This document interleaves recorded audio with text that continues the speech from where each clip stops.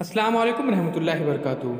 अज़ीज़ तलबा व तालिबात, आज हम जमात 8वीं मज़मून तारीख़ सबक नंबर 9 जंग आज़ादी का आखिरी दौर, इस सबक का दूसरा पार्ट देखने जा रहे हैं। पहला पार्ट चैनल के प्लेलिस्ट में मौजूद है, वहाँ से आप डाउनलोड कीजिए। तो आइए बच्चों, देखते हैं जंग आज़ादी का आखिरी दौर। उससे पहले चैनल को सब्सक्राइब कीजिए, लाइक कीजिए और इस वीडियो को ज़्यादा से ज़्यादा शेयर कीजिए। चैनल के प्लेलिस्ट में पहली जमात से लेकर 10वीं जमात तक तमाम मज़ामीन के वीडियोस अपलोड किए गए हैं। साथ ही साथ प्यारे बच्चों, प्ले स्टोर में से आप एंड्रॉयड ऐप डिजिटल स्कूल इसे डाउनलोड कीजिए। उसमें पहली जमात से लेकर 10वीं जमात तक तमाम मज़ामीन के वीडियोस अपलोड किए गए हैं। तो आइए बच्चों, जानते हैं इनफरादी सत्याग्रह के बारे में। तो इनफरादी सत्याग्रह एक कामयाब सत्याग्रह था। तो देखिए प्यारे बच्चों, बरतानी हुकूमत की जानिब से मुतालबात को मुसलसिल नज़रअंदाज किए जाने की बिना पर नेशनल कांग्रेस ने जंग मुखालिफ तशहीर करने का फैसला किया। इज्तिमाई तौर पर तहरीक न चलाते हुए इनफरादी तौर पर खिलाफ वर्जी करने का फैसला किया गया। इसे इनफरादी सत्याग्रह कहते हैं। आचार्य विनोबा भावे इनफरादी सत्याग्रह के पहले सत्याग्रही थे।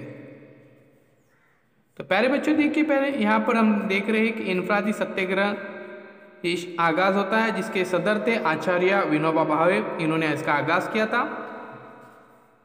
इसके बाद तकरीबन 25,000 सत्याग्रहियों ने इसमें हिस्सा लेकर जेल जाना पसंद किया। प्यारे बच्चों, मजीद मालूमात हासिल करते हैं इस सत्याग्रह के बारे में। प्यारे बच्चों देखिए, यहाँ पर कैद खाने, पुलिस स्टेशन और रेलवे स्टेशन जैसे मकामात पर मुजाहिरीन ने हमले किए।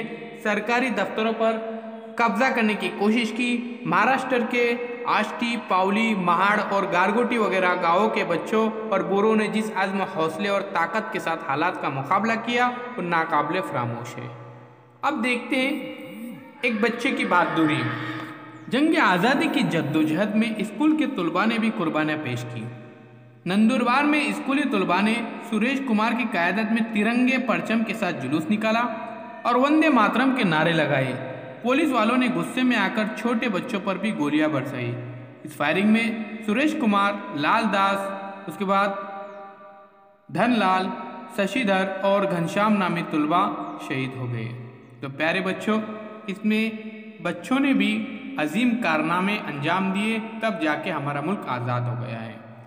अब जानते हैं खुफिया तहरीक। सन 1942 के आखिर में इस अवामी तहरीक ने एक नया मोड़ लिया।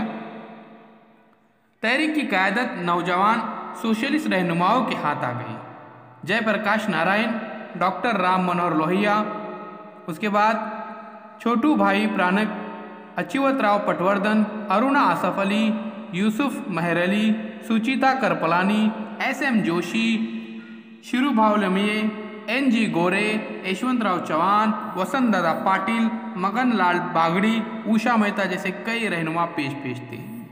टेलीफोन के तार काटना, रेलवे की पटरियां उखाड़ना और पुल को ज़मीन बोझ करना जैसे इकदाम के जरिए इनकलाबियों ने आमदरफ्त के ज़राए और सरकारी निज़ाम को तहस नहस कर दिया। मुल्क भर में इस तहरीक के असरात रूनुमा हुए। सिंध सूबे में हेमोक्लानी ने मुसल्ला अंग्रेज़ फौज को ले जाने वाली ट्रेन के आने की खबर मिलते ही अपने साथियों के साथ रेलवे पटरियां उखाड़ने की कोशिश की। अदालत ने इसे फांसी की सज़ा सुनाई। तो प्यारे बच्चों, अब हम देखते हैं कि अरुणा आसिफ अली और अच्युतराव पटवर्धन के कारनामे।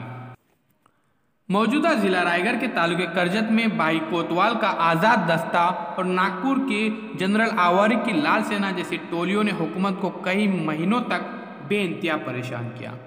मुंबई के विट्ठल जवेरी और उषा मेहता और उनके साथियों ने खुफिया रेडियो स्टेशन कायम किया, जिसे आज़ाद रेडियो कहा जाता है। तो प्यारे बच्चों देखिए, आज़ाद रेडियो एक ऐसा स्टेशन था जो खुफिया तौर पर चलाया जाता था। इस रेडियो पर हुब्बुल वतनी के गीत गाए जाते, मुल्क में जारी तहरीक की खबरें नशर की जाती, कौमी जज्बा परवान चढ़ाने और तकारीर पेश की जाती, जिसकी वजह से तहरीक चलाने वाले अवाम को हौसला मिलता। इस तरह के नशरियाती स्टेशन कुछ अरसे तक कोलकाता, दिल्ली और पूना में भी जारी रहे। तो प्यारे बच्चों, हमने देखे इस वीडियो के अंदर जंग आज़ादी का आखिरी दौर, ये हमारा दूसरा पार्ट था। तीसरे पार्ट में हम मज़ीद मालूमात हासिल करेंगे और जानेंगे आज़ाद हिंद फ़ौज और आज़ाद हिंद फ़ौज का क़याम। इससे पहले चैनल को सब्सक्राइब कीजिए, लाइक कीजिए और इस वीडियो को ज़्यादा से ज़्यादा शेयर कीजिए।